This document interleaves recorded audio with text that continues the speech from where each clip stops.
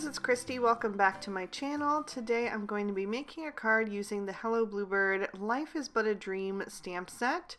So I have stamped those images out on some Spectrum Noir Ultra Smooth Premium White cardstock with Lawn Fawn Jet Black ink, and I'll be coloring with my Copic markers. So I typically like to start with my focal images first, so I'm going to start with the moose. And the colors I chose for him are E53, E55, E57, and E59. So I am coloring in his shadowed areas with that E59. I usually like to color darkest to lightest. So I'm just laying in those shadows down the back of his body, and then a few other places like where the canoe is on the side of his body and would be casting a shadow, where his arms kind of separate from the rest of his body, and also a bit on the bridge of his nose to kind of give that a bit more of a dipped look there. So then I'm going to start blending that out with the E57, carrying that color out a little bit more. If you didn't want to use 4 marker shades, you could probably just start with the E57 if you want, but I like a lot of contrast in my coloring, so I think that E59 really does add something. Then I'll come in with the E55, and since the E55 is quite a bit lighter than the E57, I'm coloring in little circular scribbling motions to break up the edge of that E57 and pull that darker shade into the lighter one. And I'm coloring in almost all of his body with that as the lightest, but his face and his muzzle I wanted to have a little bit lighter around his eyes so that you can really see his features, and also on the end of his nose I wanted it to get lighter, so I used the E53 for that, and also filled in the inside of his ears. And then I did a second layer of that off screen. Since this is going to be a little bit of a longer video anyway, I'm going to do that off screen to save some time, but in the meantime I will do the cattails using the darkest 3 shades there. Then I'll go back to my moose, and I'm going to use E50, E51, and E53 to color in his hooves and his antlers. So I'm using that E53 for the darkest, blending out with the E51, and saving a little bit of room on the top of his hoof and the tips of his antlers on the little points there for that E50 for the lightest. And then I'm going to move on to my beaver, and I wanted to switch up my brown tones a little bit so each one of the critters has their own unique look. So for him I went with E23, E25, and E27. These are still rich brown shades, so they're going to look nice next to the moose and not too different, but still give him a bit of his own, fur tone. And I'm doing his shadows differently since he's facing completely forward. He's getting equal shadows on both the left and the right, still keeping the highlight in the center of his face. And then for the bear, I wanted it to be a black bear, so I'm using T3, T5, and T7. If you wanted him to look a little bit warmer, you could go with the warm grays, or a little cooler, you could go with the cool grays, or you could even do the neutral grays. But I liked the toner grays for him because I felt like they're kind of like in the middle. It's not too warm or too cool. It's to use a phrase from Goldilocks, it's just right. So I'm using the T7 to lay in the shadows for him, and since he's facing forward, he's going to have his shadows mainly down the back of his body, but he's tipped a little bit forward. You can see his other eye where you can't with the moose, so I did add a little bit of shadow on the right side of his face as well. And then I blended that out with the T5, and then I'm going in with the T3, again using those little circular scribbling motions to pull that T5 into the lightest shade here and create a smoother transition. I'm going to leave his muzzle white for now, but I'll color in the rest of his arms and also his belly. Then I'm going to take away the T7 and add in the T1, and I'll put a little of that T1 in the bear's ears, and then I'm going to color in this rock, and I'm adding some shading on either side of it. I'm not trying to make it look too smooth since it's supposed to be a rock, and give it a little bit of a variegated look there. And then I'm going to do the bear's muzzle using E31 and E33, just trying to bridge the gap between that T and the brown with the E31 first, and then adding in a bit of the E33 and softening it again with the E31, and I put a little E31 in the bear's ears too. Then I'm going to bring in R000 and R00. I wanted to color in my birds a little bit differently. This is going to be like a sunset or sunrise scene, although the sky isn't going to be pink, but I wanted something a little bit different, so I tried to use these lighter pinks. But on their own, they didn't look quite right, so I decided to throw in a little W00 to warm that up a bit and just give it a more of a neutral tone. So then I'm going to move on to my critter's cheeks. I'm going to use R11, R20, and R22, starting with the R22 and giving them a little oval shape on their cheek area, and then I'm going to go around that with the R20 for the 3 critters in the canoe. And then for the birds, I'm going to start with the R20 and go around that with the R11. Then I wanted to make my fish look like rainbow trout, so I'm coming back in with the R22 and adding a little line of that, and then I'm going to blend that out with the R20. Just going on either side of that initial stripe, and then I'll blend that out further with the R11. And then I decided to give them some rosy cheeks with the R20 and R11 as well. And then I'm going to switch to BG90, BG93, and BG96 for the top part of their bodies. This is the green area on the rainbow trout. So I'm using the BG96 first and adding a little line of that, also adding some to the fins, and then I'm going to blend that out with the BG93 coming down toward that pink line.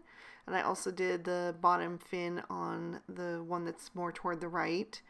And then I'll use the BG90 to kind of bridge the gap between that pink area and the green area. Since it's such a pale color, it works really well. Then for the belly of the fish, which would normally be like a silvery tone, I just decided to use a W1 marker and add a touch of that at the bottom. And then I'm going to go back to the BG93 and the BG96 and add in the BG99. And I'm going to start coloring in the lily pads. So I put the BG99 at the front edge to cast a shadow, and then I'm blending toward the back with the BG96 and then the BG93. I really like how desaturated these markers are. There's a lot of gray tone and yet they still look green. I think they work so great for masculine cards. And I'm also going to use these shades to do the grasses of the cattails. But because they are so skinny, I'm just going to use the BG99 and then the BG96. So I'll leave off the BG93. So next I'm going to work on my canoe, and I wanted to give it a two-toned look. So I'm taking a pale yellow marker first and kind of drawing out where I want my bottom color to stop.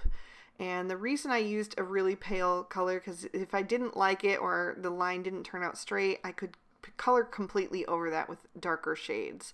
But it ended up working fine, so I did that with the Y11, and then I added in Y15, YR21, and YR23, and I'm going to start adding some shading to this with that YR23 coming in from either side.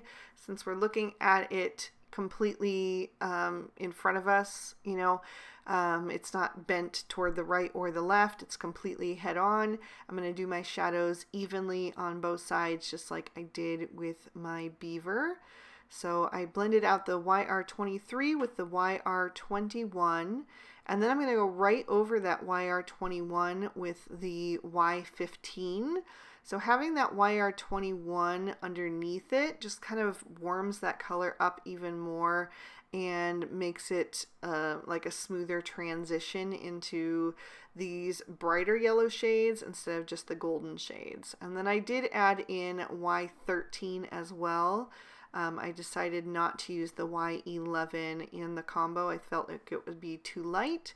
I also did add a reflection where the bottom of the canoe would be being able to be seen in the water with the Y13. And then I also colored in the beaks and the feet of my little birds, which I want to be egrets. And then I also wanted to do the paddles or the oars with a two-toned look as well. So I'm using those same marker shades to add a little stripe down at the bottom. And the part that is dipped under the water, I'm going to save and use the lightest shade, the Y13 for, so that, you know, it really does look like it's underneath. For the rest of the canoe, I wanted it to be green, so I chose G20, G21, and G24, and I'm going to use these for the oars as well. So once again, I'm starting with my lightest shade, the G20, and kind of mapping out where I want those stripes to go. I wanted there to be a thin white stripe between the yellow and the green. So I did that with the lightest shade first and then built my way up using the G21 next and then the G24, and then I'm working my way back down in the reverse, and I'm just focusing on the paddle part first and blending that out with the G20 for the highlight, and then I will also color the oar. I just wanted to straighten up that line a bit, and then it got a little bit wonky, so I grabbed my colorless blender to just push that back into a straight line once again, and you'll see that better once it dries. So like I said, I'm going to do the handle of the oar next. I just colored that straight with the G24, and then I'm going back and reinforcing the bottom area, and then I added a bit more depth with the G24 on the handle as well. And then I'm going to blend that out once again with the G21 and then the G20 on the oar, the paddle part. Then I'm going to go back and work on the top stripe on my canoe, switching back to that G20 and making that line there right up on the top edge so that I can keep that white area that I was talking about. I want there to be a thin white stripe on the canoe as well. And then I'm coming in from either side. I went straight to my G24 on the canoe part since I kind of knew exactly where to lay it down and didn't have to worry about mapping it out too much first after that initial G20 was laid in. So then I'm going to move on to the G21 and bring that color more toward the center, just being really careful to leave that thin white line. And then I'm going to come back in with the G20 and pull that color together right underneath that little beaver. But for some reason, the intensity of these green markers wasn't doing it for me on the canoe. So I decided to darken up the combo by adding in G28 on the ends. And I feel like that gave it so much more depth and just really brought it together. So then I'm going to blend out with the G24, and I'm going to take that out further than I did the first time because, you know, I want to bring that color more toward the center, and then use the G21 and then just a small area for that G20 right under the beaver. And I like that so much better. For the water, I wanted to go with something that was a bit desaturated as well to kind of match the green shades that I had going on. So I chose BG70 and BG72. So I'm starting with the BG72 and drawing attention to the little ripples that are drawn in the stamp image, and then I'm going to blend over that with the BG70, and I'm also going to take that BG70 over the yellow reflection in the water to kind of mute that down and make it look even more like it's underwater. And then I will take a black Sakura Jelly Roll pen and get that going off to the side. And I'm going to go over the eyes of all of my critters, and it's just going to make them a little bit brighter and more shiny, a little bit blacker so that they stand out and just draw your attention even more to their adorable faces. So once I'm done with that, I'm going to trim these images out with their matching dies. Then I'm going to take the North Fork Slimline Scene die and trim that out of a panel of Bristol Smooth Surface cardstock. And I actually wanted to make a standard size card today, just to give you more ideas on how you can use this die in other shapes of cards. So I'm also going to create a background piece using another piece of Bristol, and I'm blending on some Speckled Egg Distress Oxide ink. And I'm doing that about the center, maybe just a little bit higher than center on that panel. And then I'm going to bring in some Squeeze Lemonade, and that is going to be my sky. So I'm going to blend that in from the top, and I'm going to let that come down into that speckled egg section as well. And what's that going to do is kind of create a little bit of a reflection of the sky in the water.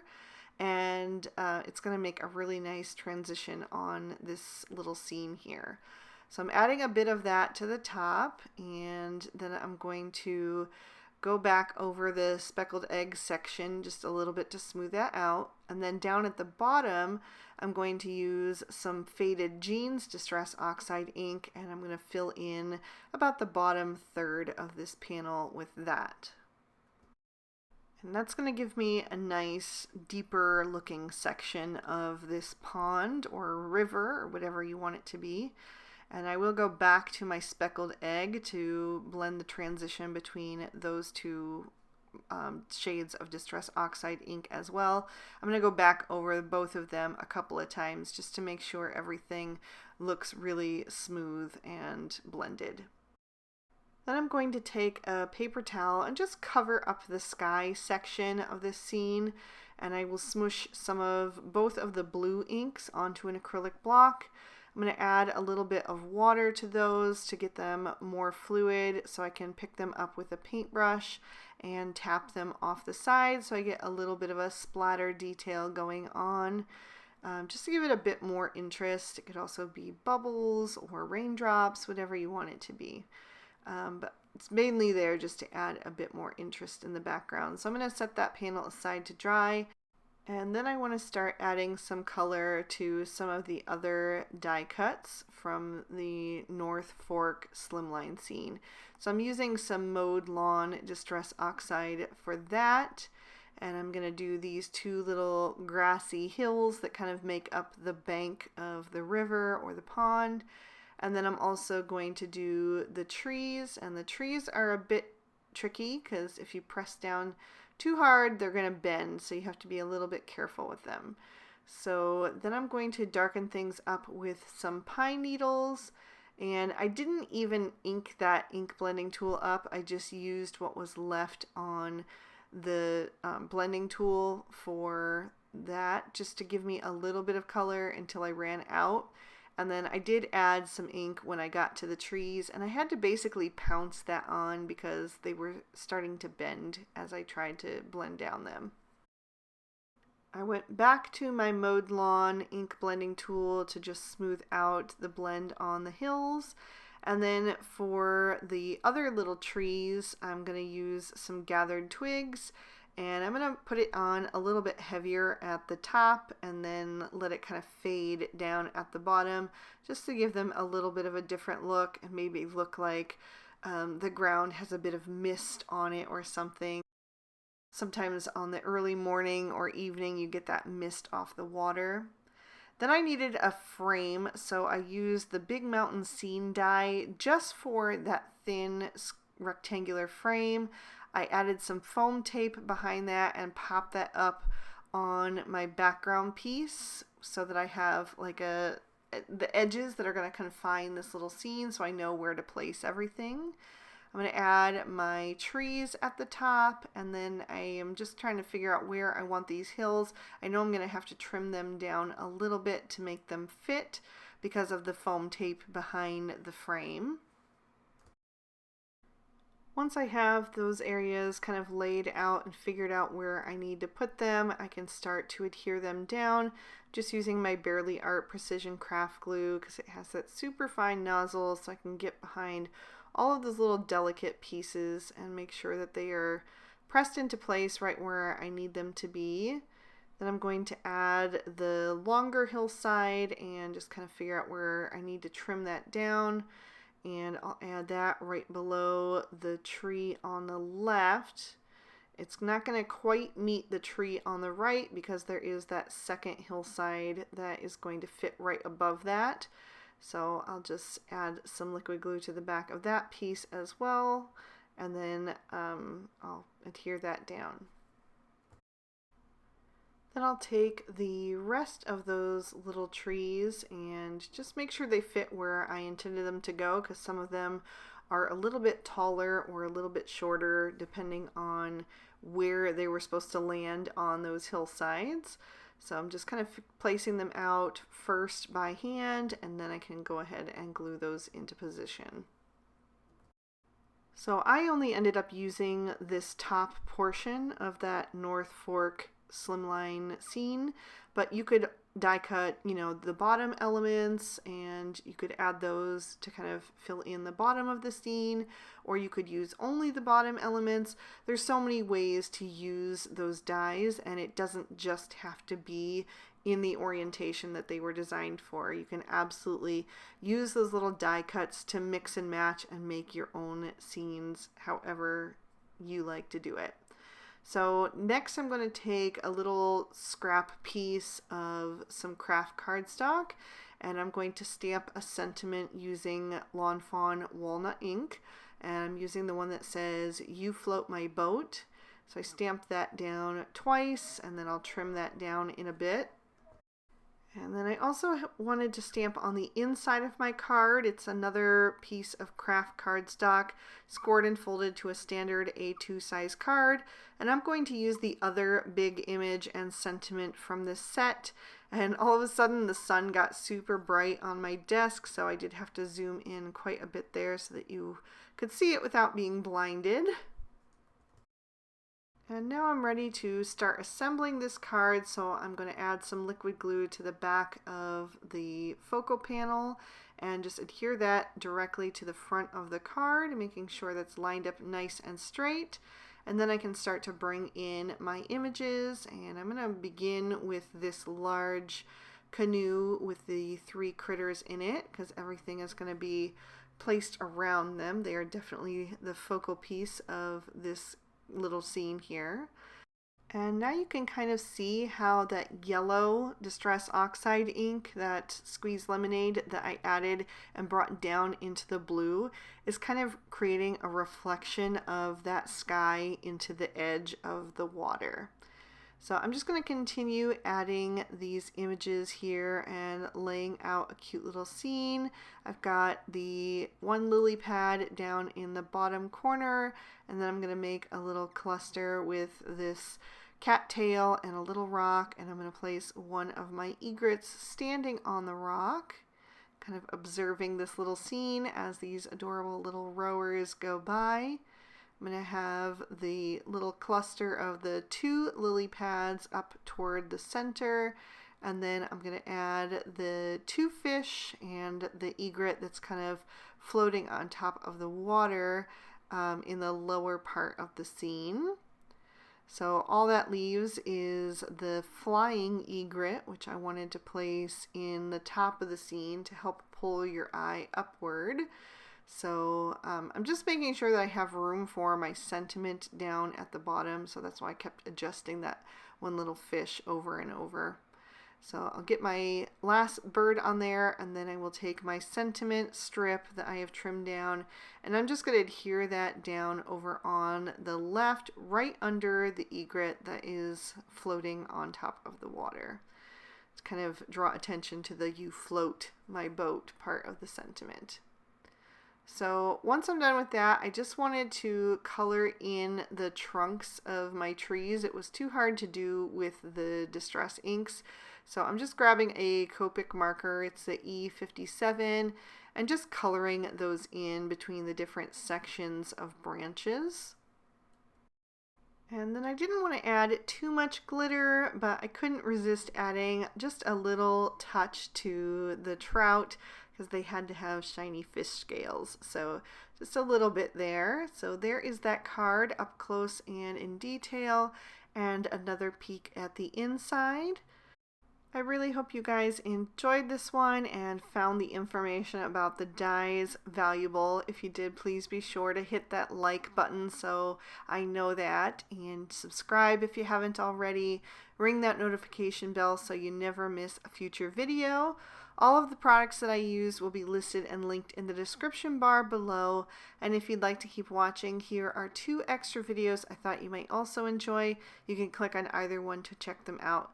Thank you so much for spending your time with me today. I hope you enjoyed it. Have a great day. Bye-bye.